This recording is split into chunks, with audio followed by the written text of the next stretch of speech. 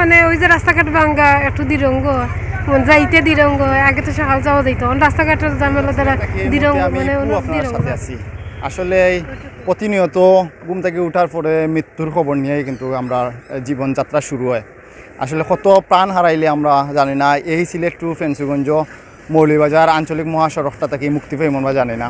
প্রতিদিন একটা না একটা মরণ ফাঁদে এবং মৃত্যুর ঝুঁকিতে একটা না একটা মানুষ এই রাস্তার উপরে প্রাণ যার। একটা পরিবার একটা মানুষ হারাইয়া নিঃস্ব হয়ে যার, একটা এলাকা একটা মানুষ হারাইয়া নিঃস্ব হয়ে যার। আসলে দীর্ঘদিন ধরে এই রাস্তার তো কেউ নাই।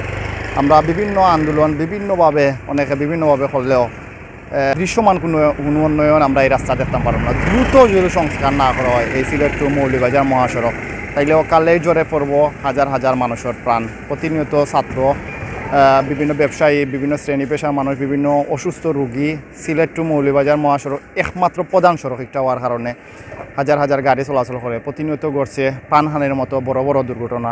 আমরা সবে মিলিয়া ভিডিওটা শেয়ার করি এবং জনস্বার্থে এবং দেশের উন্নয়নে একটা মানুষের প্রাণ বাঁচাইতে আমরা সহযোগিতা করি। আপনার একটা শেয়ারে একটা মানুষের প্রাণ বাঁচতে পারে।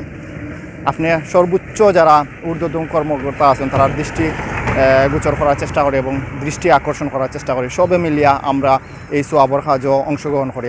আমরা ভিডিওটা একটু শেয়ার করে দিই এবং রাস্তার বেহাল অবস্থা যদিও যাওয়া পরে রেঙ্গামাল পরে কি গাড়ির অবস্থা খুবই খারাপ। আগে রাস্তার অবস্থা নতুন গাড়ি যে আছে গাড়ি আগে বেশি চাকা উকা যায় কি বা গাড়ি ভাঙ্গি যায় কি বাড়া উড়া বাড়াইছি নাকি আমরা তো কইয়ার বাড়াইবা লাগে 10 টাকা করে নেওয়া লাগে। চালানি লাগে আমরা রাস্তার ভাই খুব ভয়াবহ, খুব খারাপ ভাই, বুঝছেন ভাই। আমরা খুব কষ্ট গাড়িগুলো চালাইলাম, বুঝছেন ভাই। কাজটা একটু যদি দ্রুত দিয়ে কাজটা করো ভাই তাহলে অত্যন্ত খুব ভালো হইতো। জয় কারণ হচ্ছে কি রাস্তাঘাট একবারে খুব খারাপ, বুঝছেন। জয় এই ফেন্সিগঞ্জ রোডটা কি খুব খারাপ। আপনারা দ্রুত অবস্থায়, বুঝছেন, এই কাজটা করলে অত্যন্ত ড্রাইভার হল খুব গাড়িগুলো আরামে চালাইব। রাস্তাতে আমরা চলতে পারি না, খুব সমস্যা হয়। সিলেট যাইতে যাইতে আগে লাগতো ধরে লোক আধা ঘন্টা, ওখানে লাগে 40 মিনিট 50 মিনিটের মতো, 20 মিনিট প্রতিনিয়ত 40 মিনিট। আপনার কাছে রিকোয়েস্ট, আমরা ভিডিওটা জেনেও যাইব, সকলে যেন আমরা ভিডিওটা দেখে একটু আমরা রাস্তাটা একটু দেখে যাই। চলাফেরা যান গাড়ি রেলগেটর কইতে কোন আলোতে আইছি এটা আমার মতো না, আমার নাই যাইবা কই আর গড় তুইলে আই তৈব। কিন্তু বাংলাদেশ সরকার তো নাই, সব গার্জির মন্ত্রণালয়ে আছেন কিন্তু রাস্তাঘাটের মন্ত্রণালয়ে কেউ নাই। এখন ফেসবুক যাইতাম ওগুলা যাইতে হইব আস্তে আস্তে, বুঝছেন।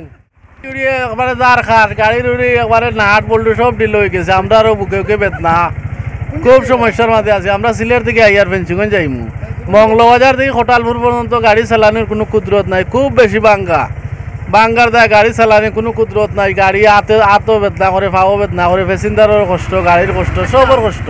ভাড়া খেয়েও বাড়তি ভাড়া খেয়েও লোন না, ভাড়া যা আছে তাও লোর, কিন্তু গাড়ির তোর কষ্ট বেশি, ওর গাড়ির তোর কাম কাজ খুব বেশি। আর যার এক্সেল ভাঙ্গের এই করে নানান দুর্ঘটনা ঘটে। লোকাল সিএনজি চালানি মানুষে বাদ দিলার, এই রাস্তাঘাটের অবস্থার কারণে লোকাল সিএনজি চালানি বাদ দিলার। লোকাল রুজি করাত গিয়া রুজি থেকে খরচাইও বেশি।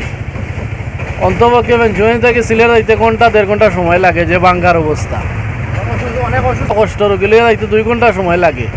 রুগীয়ে লইয়া যাওয়া কত কষ্ট। রুগী সিএনজি গাড়ি রুগী লইয়া এখন বর্তমানে খুব কষ্ট। সব তো আর অ্যাম্বুলেন্সে যাইতো আর তো নাই, নোয়া আইলেক্সে যাইতো আর তো নাই, গরিব গুড়া আছে এইরকম সিএনজিও চলা রুগী এখন খুব কষ্টজনক। রাস্তাঘাটি হলো সমস্যা, যদি রাস্তা ঠিক হয় তো ভালো, সবার লাগে ভালো।